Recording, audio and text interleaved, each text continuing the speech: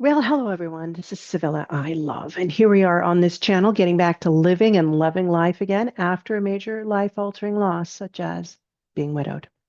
Now, here we are speaking with widows, widowers, and those that are dating them. Now, I've had a gentleman write in to the channel to ask me a question about him dating his widow and where he stands in her life with her child as they move forward together. So let's get into this. The viewer is the People's Updates 676, writes into the channel and says, I don't know if you'll see this, but thank you for this. I recently started talking to a widow only as friends. I've been single for 2 years due to a different kind of heartbreak, but there's something about her that just makes me want to know her more. I came here trying to find insight on how the workings of a widow can become, and honestly, I'm scared to give love a shot again. Honestly think things could maybe go further than just being friends, but I'm honestly scared that she'll look at me and only think of him. When I play with the young son they had together a year after he was born, will she picture him playing with his son and break down? Any insights for this type of situation would be truly valuable. P.S. We're both in our 20s. Okay. So thank you for writing in for that. And I'm just going to call you, can I call you George? Because I need a name. I'm going to call you George. So, George, you're looking at this widow and you're conceiving of a future with her. What would it be like? This is fair enough to do with anybody we're dating, but she has some complications with her. Yes, she's been widowed, and you don't know what that means. At the stage of life you're in, I don't know how many people you've met or known that's been widowed, but what you do understand at this time in your life, and believe me, many people, even many years on in their life, only understand this perspective of what it means to break up. Okay. So when you break up, you lose the person, you're heartbroken, and they go away from your life in some way. And there's all the complications that go with that. You had a situation, something like that, because you shared, you'd been very hurt before, and you're not sure that you want to take another risk. But here you are looking at risk in the face, and she comes with one that you don't quite understand. What does this mean? And so here's a rule that's good to gauge yourself by when you're with a widow, is that you asked, if I play with her young son, will she picture her late husband, the father, with the little boy and break down? Will she be thinking of him? And I'm going to give you a harsh answer, a true answer. Yes, she will. And you need to be ready for it. I'm going to help you with this. I'm going to help you find a way that you can be ready and be with this. Okay. If this is the right girl for you. A widow will always, and a widower will always grieve their late spouse. And this is what you need to hear. It's not about you. Okay. All of this happened before probably they knew you existed or had any feelings for you. This is a piece of their life that changed them irrevocably forever. She lost somebody this young. It was probably pretty quick. I'm imagining it an immediate loss.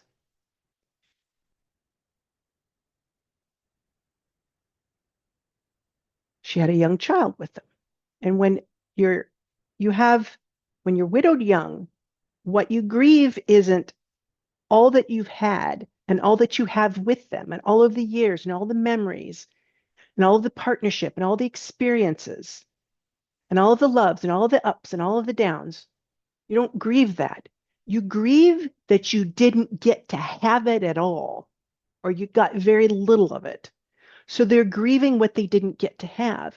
So if you're on the ground playing with her little boy and she has some feelings about that, you've got to be able to hold a strong enough space where you know this isn't about you. It's not about your lack of value or worth in her life or her lack of appreciation for you or that she's not happy with you and she's not grateful to have a father in her child's life. But she's grieving what she didn't get to have. She's grieving what was taken from her. And that's completely separate from what you bring to her life. You can't see it as a comparison because in your mind, you may be thinking, I'm not a good enough dad, because if I was a good enough dad, she wouldn't be feeling this way. And that's not at all true. She didn't get to experience her husband having that experience with their child. Their child will never get to experience that with their father. But thank God they get to experience it with you. That you are able to bring that love, care, and provision into their life. You're not filling a hole in a space of replacement. Okay, you can't do that. But you can come in as something different. You can come in as something new. You can come in as a father and a husband. And the truth is, you'll be the only father that that child ever knows. Knows, hey, I know this to be true. This was my experience. If you hold comparison in your mind, when she breaks down, is sad, is lonely, or misses him, if you hold the comparison and tell yourself the story that you're not enough, that she wishes he were here instead of me, that will never serve you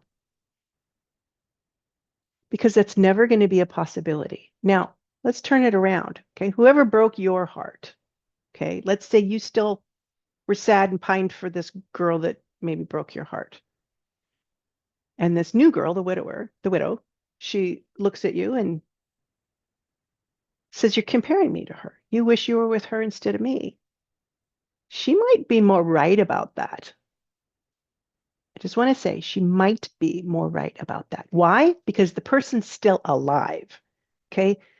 They're still alive, which means they could be a threat. She could come back for you.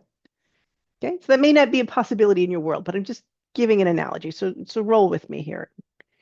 I'm trying to help you understand the difference. Her husband is never, ever, ever, ever coming back. If you two go forward together, you are the future. You are the father that that child will know. And you've got to take that very seriously.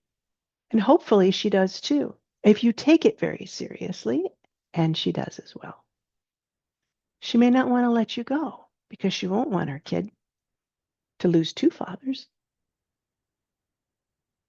So you play your cards right, and you two fall in love together. If you can hold space for her grief, which means you know it's not about you, and it's not about you not being lovable or man enough, then you have a chance. Because there'll come a time where the time you and she are together will surpass the time that she was with him. The trauma that she experienced in losing him, that won't ever leave her. The grief of knowing that her child will never get to experience what life was like with her dad, how that child might have turned out differently had the natural father lived, that will always be with her. And that's not about you. That's about a life that never was and never had a chance to be. Because what you need to look to is the love that she does give you, the appreciation that she does give you, how she shares her life and her body with you, how she shares her mind and her heart with you, which will become more and more and more as time goes by. Because you, each and every day, become more and more part of her present life. And what was and never got to be becomes more and more and more of a story and less of the reality that she lives in on a continual and daily basis. Okay. So what I mean by this story is that, yes, when there's a birthday, when that child turns 5, when the child goes skiing or roller skating or kicks a soccer ball or throws a football or goes to his first prom, any of these firsts are going to be painful for her. And it's not about you. It's not about your worth, your value, or what you've contributed to her or that child's life. Never compare yourself. Always know I'm the present moment.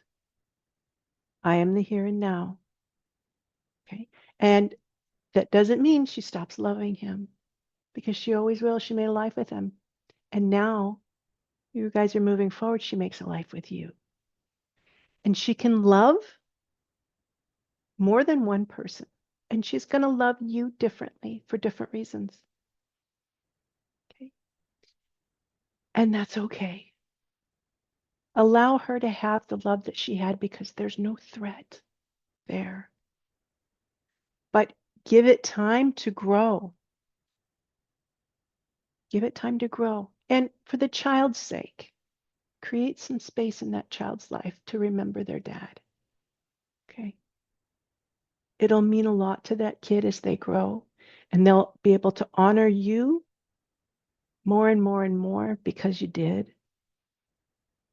Because a child that loses their father or mother young, when they get older and they realize what's happened, it's going to be a confusing feeling for them. They're going to be, I don't know what I lost, so I don't know what to grieve. But I also grieve that I didn't get to know. Is it better to have loved than lost than never have loved at all, kind of thing? But for the kid, it's a confusing place. They may need you to help them navigate that. Can you hold space? Can you love this other man like a brother and see that the role you're coming into is not a competition against an ex-husband that she still loves, but from a father who was taken out of their lives against everyone's will, and that now her will may be you. Excuse me. And if it's you, can you own it for what it is rather than making it into something that it's not? If you can befriend the spirit and the life that was in the man that fathered the child that you're going to raise and married the woman that you now love, if you can hold space for that and create some kind of relationship with him in your own way, okay? It may be easier for you to see yourself in this life. You're not taking someone's place. You're carrying the torch that was left behind for a woman and a child that needs a father, and maybe that's you. You'd like some more guidance or help on this, I see private clients for coaching. But if you see a therapist, see somebody who specializes in grief and loss, okay? Not somebody who doesn't understand grief, specialist in grief and loss, because they may see it as an old relationship that they just need to move on from. And that's not going to get you where you need to go in this relationship with her. So bottom line, don't compare yourself. It is the thief of joy. Okay. Hold space and presence, being fully present in the moment with her when you're with her and with that child. And if you do step up, recognize this child has lost a father. And if you step in and decide to step back out, you're not just breaking two hearts, you're breaking the heart of a child as well. So be very certain of the role you want to take on, because this isn't a child that has a dad or even a deadbeat dad, because even with that, there's hope. With a dead dad, there is no hope. So take it seriously, because you better believe she is too. And that child is probably the most important thing in the world to her. And if you can love that child like your own, you'll probably have her heart on a platter. you have chemistry, and she loves you back, you'll have her heart on a platter. I wish you very good luck. You can do this. There's more content on this channel. Any of you can book a coaching session with me if you want to discuss your own personal situation, or if you'd like to write into me with your personal story that I may use on the channel, you're welcome to at my website. You can write me through my website at sevillai.love, and I'll have that right here, sevillai.love. I wish all of you love. I wish all of you an open heart and the opportunity to be vulnerable with the right people who will treat you well and respect you and that'll want to grow with you. And sometimes move through hell to get out of it so you can move into those beautiful places where joy, hope, and happiness, and most importantly, peace arise and live. So good luck to all of you. Bye.